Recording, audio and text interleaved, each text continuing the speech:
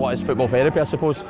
It was a tagline we came up with, so October 2019 we started, and we were trying to think of things that, you know, if you put it on social media it will maybe take off, or, you know, people will be able to relate to it. And there's a real mental health undertone to what we do. There's a real platform around speaking about mental health, but we're not solely focused on people who are struggling with mental health issues or anything like that. You know, I use the same line all the time, but I've got a wife, 3 kids, you know, I work full time and I do this. Life can be stressful and I understand that, and we want to be here for everyone and anyone just to get that escape. And that's all it is, it's an escape, it's a place to come and play for fun.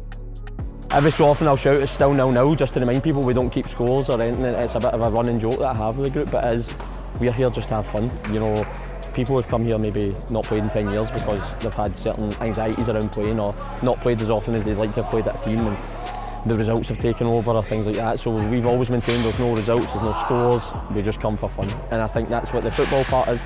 Obviously the chat in the room's we'll add a little bit of structure to it, and we'll ask people, you know, do you want to talk about anything? Is there anything going on in your life, in your mind? And the very first thing to say is we're not professionals. You know, my wife's a nurse and she has a really good grasp and understanding. She works with, you know, mental health and A&E every day, but we're still not professionals, and we're just a group of peers who want to try and support each other and share our lived experiences, whether it be talking about suicide or talking about medication or talking about, you know, tonight we're going to speak a little bit about coping mechanisms to deal with anxieties, and, you know, just try and learn from each other's experiences along the way. And what we've managed to garner is just a lot of friendships have been created, and I think that's a really huge part of it as well. And there's real, you know, a real science behind, you know, working out and being physically healthy or helping your mental well-being. So we tried to, when we started, we tried to think, could we collaborate everything? You know, how could we look at it as a full spectrum? So that became, let's play football initially, but let's encourage people to chat as well, because I think that's the first step, and it's not the hardest. It's one of the hardest steps, is to chat about what's going on, particularly, you know, in a football environment where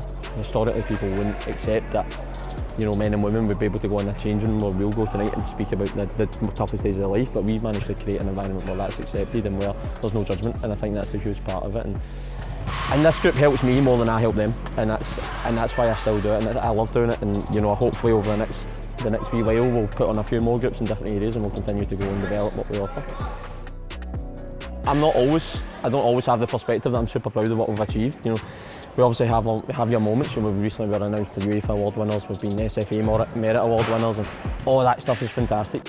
I know what some of them have experienced and what some of them are going through right now, and they have the courage and to just come out here and play. And we'll go into a room and we'll chat about some stuff later, and I know what they're going through. So I think sometimes you forget to look at yourself, and I'm most proud of Siobhan as well and everything that she's helped me through, and we've had challenges since, and we continue to try and put on this group a couple of times a week, and we're always here, and we're always, you know, there's people now out there behind me who came to me 2.5 years ago and are now helping facilitate groups, and I think I'm really proud of that stuff. I'm really proud of showcasing football as a positive thing as well, because I think football comes with a lot of negativity in the world, and you know, results and stuff are really hard to take, and everyone's got their team, and everyone, you know, there's a whole lot of rivalry and stuff around it, but I think what we've created is a really special community and a real special environment, and that's probably what I'm most proud of. You know, we're not trying to garner an environment where everyone rallies around each other and says, you know what, it's all right. And, you know, the moment you spoke about, well, one of the boys has missed a few chances, getting frustrated with himself, I think it's important for me as a group lead and a group facilitator to just get my arm around him and go through. And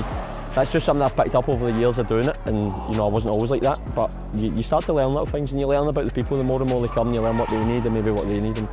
And that's just something that we always try and be mindful of as we go and develop, that, you know, everyone's getting as much value as we can out of this, because the last thing I want is someone to come have a tough couple of minutes to pitch and walk off, because that's not what we're here for. We're here to try and make sure that there's a full hour, you know, you go enjoy the other 58, because those 2 minutes don't matter, and the reality is, like I keep shouting, it's still 0-0 at the end of the day, and we're all going to go home with a smile on our face. And I think for the most part you'll see in there, most people smile and laugh their way through it, which is hugely important.